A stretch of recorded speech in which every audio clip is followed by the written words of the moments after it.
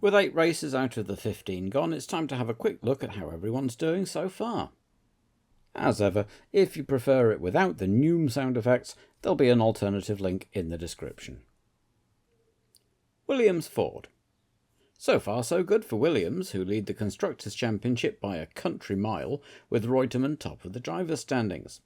It's been 3 races now without a win, and failure to score in France for the first time in a season and a half suggests it's not going to be an easy cruise to the finish line for them. Certainly, things are looking very different after 8 races than after the first 2. Fortunately for Williams, everyone else seems to be having problems of their own. After Argentina and Imola, everyone was worried that Piquet was going to run away with it, only for him to end up in the barriers 3 races running. So, for now, the boys in white and green, or red in Carlos's case, are still top dogs, but if they want to stay there, they're going to have to hope that they can reverse the slide, and that the advantage of the turbos on the upcoming power-heavy circuits is negated by the shortcomings of the Ferrari and Renault chassis. Jones has probably already accepted that he's not going to retain his title this year, but he doesn't seem to be in the mood to step back and be a support for Reutemann. Tyrrell Ford. Tyrrell's slide in recent years has been fairly dramatic. They won a race in 1978 and were regular podium finishes in 1979, and even the relatively slim pickings last year saw them finish 6th overall, with a brace of 4ths for Derek Daly. Eddie Cheever has done his best this year and scored 3 times, although never higher than 5th. The pay drivers, though recruited for the second car, were a predictable disappointment in the first 3 races, but Michele Alboretto's arrival in Imola did improve things. But out-qualifying Cheever at the first time of asking does seem to have been a bit of a false dawn. He's highly rated, and Ken Tyrrell is nothing if not a good judge of driving talent, but as yet there's not much to prove the point. The cars at least are mostly reliable, but just not quick enough to do much more than circulate near the back and hope enough cars drop out to give them a shot at a point or 2. Brabham Ford. The phrase conflict of interest could have been coined to describe the fact that Bernie Ecclestone is both the owner of the Brabham team and the de facto head of F1, though Monsieur Balestre would no doubt beg to differ on that point. The wrangling over what is and isn't legal in terms of skirts and suspensions has cast something of a shadow over the team's performance so far this year, and perhaps it's fortunate for them that Piquet has had a bit of a duff few races, meaning that the dominance everyone else feared after Argentina hasn't come to pass, otherwise there might have been a bit of a revolt. Piquet was leading in both Belgium and Monaco when he went out, and was 2 laps short of winning in France before the downpour that caused the stoppage and saw him ending up 3rd. If not for that, he'd be handily leading the championship, and he and Bernie will be hoping that it's just a blip and he'll be back where they both feel he belongs come the end of the season. As to the other car, it would be difficult to argue that Hector Rebaque is Piquet's equal as a driver, and he's undoubtedly not getting the same attention and support as Nelson, but he's also been somewhat unfortunate, breaking down while running 2nd in Argentina and being punted out of a points position at the second start in France.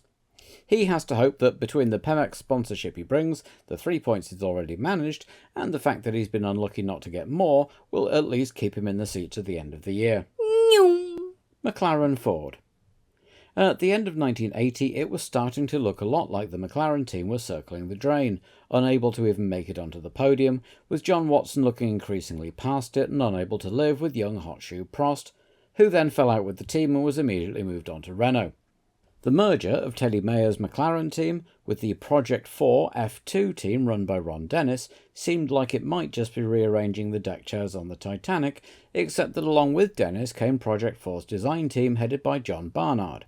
The radical MP4 raised a few eyebrows when announced, and has taken time to start to show its potential, but has now done so with 3rd place in Spain and 2nd in France. Watson's made all the running so far, with Cesaris in the second car having never quite lived up to the glory of out-qualifying Watty in the first race when both were driving the old M29, and Andrea has built up a semi-deserved reputation for crashing instead. In races, he's had 2 collisions, but they were on street circuits, and spun off on his own in Spain, but he's also had a series of accidents in practice, which hasn't helped. Hopefully that's just his youthful exuberance, and he can benefit from the veteran Watson's experience and settle down a bit. ATS Ford. The history of the ATS team has been a bit of a soap opera since they first appeared in the mid-70s, and it shows no sign of abating just yet, with another team manager on his way, and Günther Schmidt having fallen out with and sacked Jan Lammers, who had the team's best results so far in Argentina, although competition for best finish hasn't been stiff.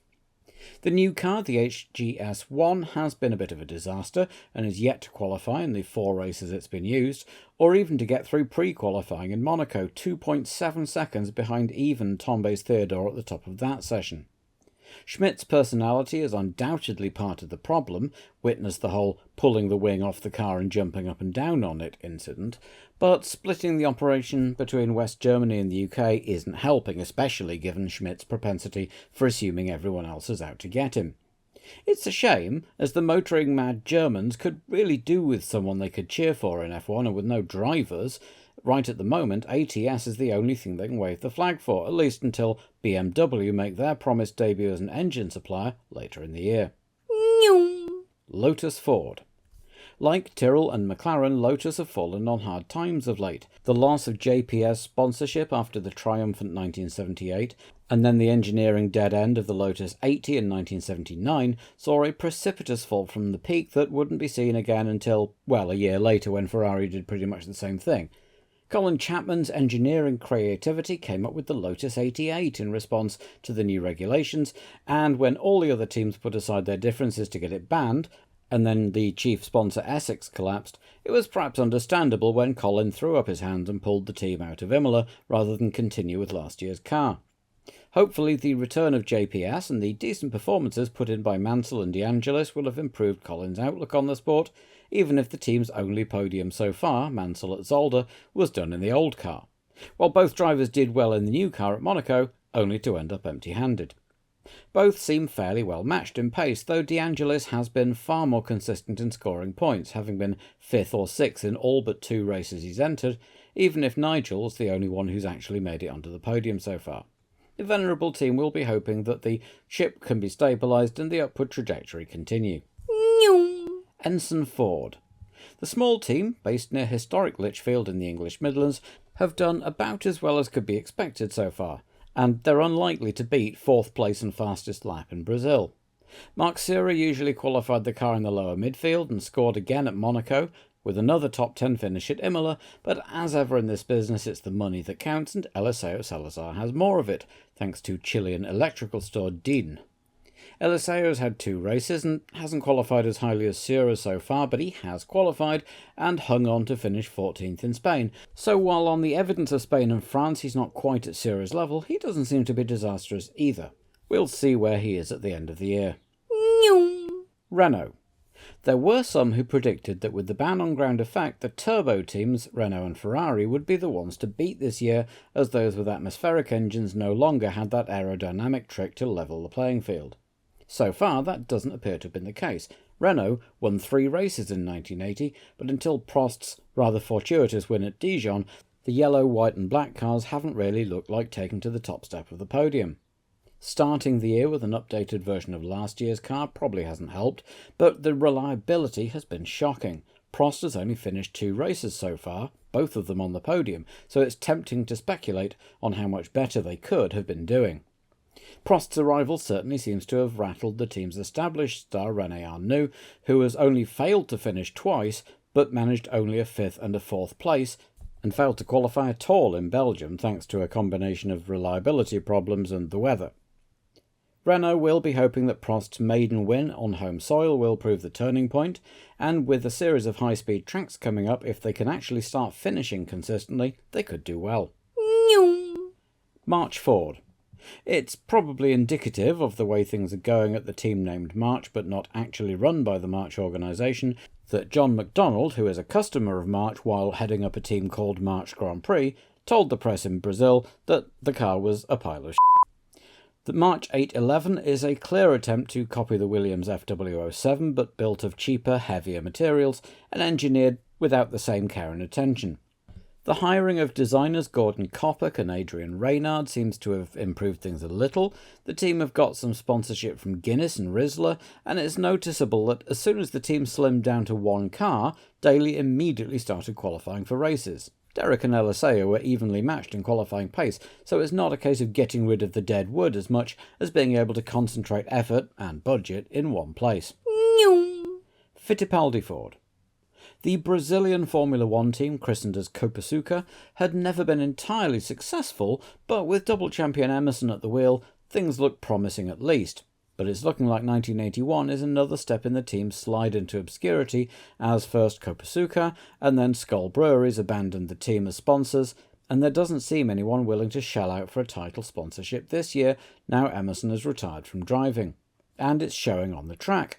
Rosberg qualifies in the midfield mostly, except at Monaco, but has only finished twice, and Serra is understandably struggling to fill his boss Emo's big driving shoes. The departure of talented driver Harvey Postlethwaite, thanks to the lack of budget, won't help going forward, and neither will being left in the middle of the unexpected new tyre war. In the current circumstances, the best the team can probably hope for is survival, and maybe the odd point if the stars align. Alfa Romeo.